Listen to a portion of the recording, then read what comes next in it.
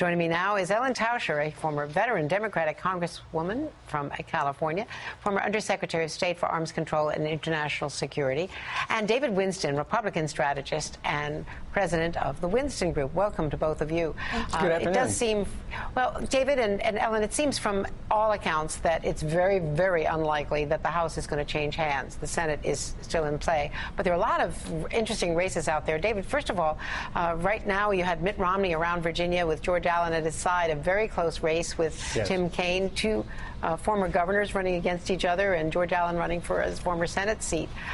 What are you hearing? We're hearing that it is Tim Kaine marginally ahead, but it's close to a 50-50 race. Yeah, I mean, this is a close race, and this is if Republicans are going to pick up a majority, one of the key states in terms of where the opportunity lies. Having said that, I mean, when you've seen a lot of the surveys seem to either have it even or a slight edge to Governor Kaine. But at this point, I mean, one of the problems that we're all sort of trying to work through here is, so what is this electorate actually going to look like? And obviously in Virginia, where you've got an interesting mix of different types of voters in terms of independents, African Americans, that mix is going to be critical.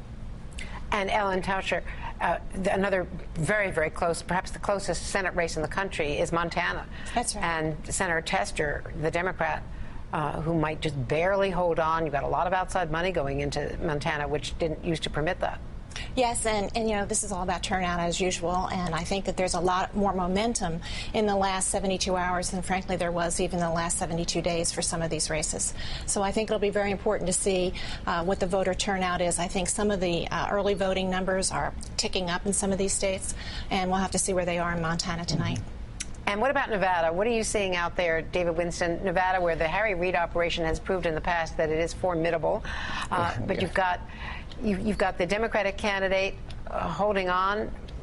This is a seat that could go either way, obviously, 48-45 in our latest polling. Yeah, I'd have to say, I mean, obviously Harry Reid's operation is pretty impressive in terms of how he won last time.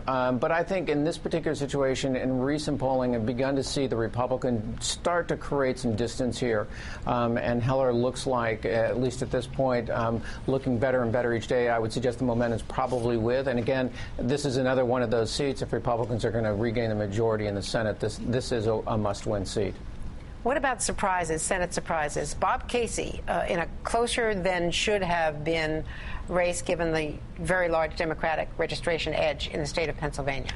You know, Senator Casey is an indefatigable campaigner, and he has been all over the state.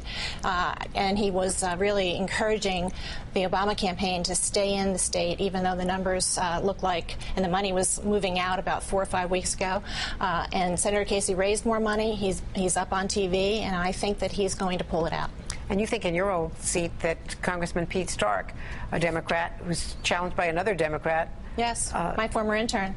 Yeah, Eric Swalwell, it's basically a very tight race. You know, we had two things happen in California. We had the normal redistricting, but this time it was nonpartisan. And then we also had a state ballot initiative that said the top two, no matter what party, vote getters in the primary would go to the general. So we have two Democrats in California 15, Eric Swalwell against Representative Stark. Eric's knocked on 70,000 doors, outraised Stark, and the New York Times thinks he's going to win. Larry Sabato thinks he's going to win. And, you know, it's about turnout. It's about 28% or so undecided right now. In the few seconds we have left, David Winston, any big surprise that you want to suggest? No, I mean, I think one of the things that people should be looking at is, what does this electorate ultimately look like? Does it look more like 2008, which is obviously very, very favorable to the Democrats, or is it more like 2004, which is obviously favorable to Republicans? And I think one of the big things that people are trying to work through and understand is, which electorate is it going to look more like, and that will lead people in a good direction in terms of where they think the outcome is likely to be. David Winston and Ellen Tauscher, great to have you. Thanks so much to both of you.